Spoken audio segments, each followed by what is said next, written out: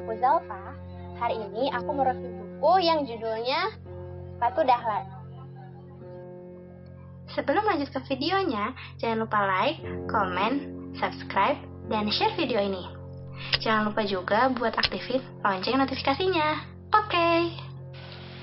Buku ini merupakan novel pertama dari novel trilogi Dahlan Iskan yang ditulis oleh Krishna Pabicara dan diterbitkan oleh Nora Books pada tahun 2012 dengan tebal 369 halaman.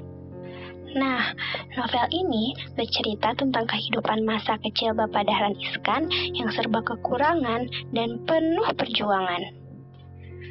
Novel ini diawali dengan kejadian di tahun 2007, di mana Pak Dahlan Iskan melakukan operasi liver. Operasi tersebut memakan waktu selama 18 jam, yang beliau sebut 18 jam kematian. Pada 18 jam kematian ini, dalam mimpinya, ia merasa dibawa kembali ke kehidupan masa kecilnya saat berumur 12 tahun. Dahlan menghabiskan masa kecilnya di sebuah perkampungan kecil di Magetan, Jawa Timur yang bernama Kebondalem.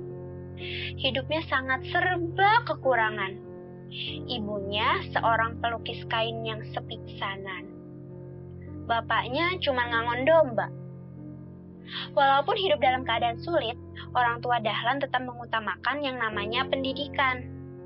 Oleh karenanya, Dahlan tetap bersekolah dalam keadaan sesulit apapun. Jarak dari rumah ke sekolah itu sekitar 6 km. Setiap harinya, setelah membantu bapak menyabit rumput, Dahlan berangkat ke sekolah dengan berjalan kaki tanpa alas kaki.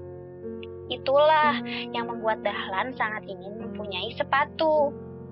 Ditambah, saat ia gabung dengan tim inti voli sekolahnya, ia menjadi semakin mendamba-dambakan sepatu. Tetapi, apalah daya, untuk makan saja sulit, apalagi untuk membeli barang mahal seperti sepatu. Di sekolah, selain menjadi pemain inti tim voli, Dahlan juga berprestasi di bidang akademik, terutama dalam pelajaran matematika dan ilmu hayati. Peristiwa yang paling menyedihkan ialah ketika ibunya jatuh sakit. Saat itu, Dahlan dan adiknya Zain ditinggal berdua karena bapaknya harus mengantar ibu untuk berobat di rumah sakit kota. Dahlan dan Zain ditinggal tanpa sedikit makanan dan tanpa sepeser pun uang. Dahlan, yang saat itu bingung karena melihat adiknya yang menangis, memutuskan untuk mencuri singkong di ladang milik pemerintah setempat. Sayangnya, dia tertangkap dan mendapatkan hukuman. Tidak lama setelah kejadian itu, ibu Dahlan meninggal. Kehidupan yang keras membentuk Dahlan menjadi pribadi yang kuat dan pantang menyerah. Dengan berbagai macam ujian yang dilalui, Dahlan tetap sekolah demi menggapai keinginannya, agar suatu saat ia menjadi sukses dan dapat membeli sepatu yang bagus. Cita-cita sederhana disertai dengan tekad yang kuat, yang akhirnya membawa ia sampai pada kesuksesan. Ada sebuah quote yang sangat menginspirasi dari buku ini, yaitu, "Aku ceritakan kesedihanku kepada sungai, agar sungai mengajariku bagaimana caranya tetap mengalir tanpa sedikit pun mengeluh." Menurut aku, buku ini punya banyak banget kelebihan.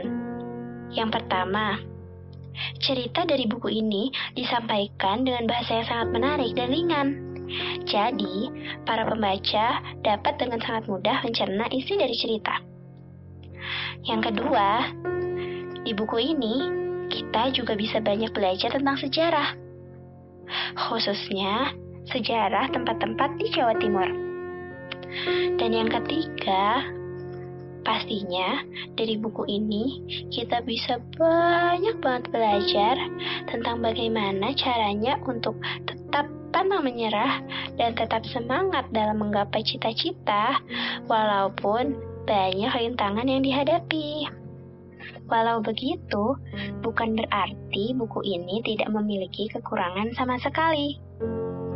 Nah, di buku ini terdapat beberapa kosakata dalam bahasa Jawa atau bahkan kalimat-kalimat dalam bahasa Jawa. Jadi, untuk para pembaca yang tidak bisa berbahasa Jawa akan agak sulit memahami maksud dari kata atau kalimat tersebut. Sekian review buku kali ini. Semoga review ini bisa membuat kalian penasaran untuk membaca lebih lanjut. Dan nantikan review-review buku selanjutnya. Oke, aku Zalfa. See you!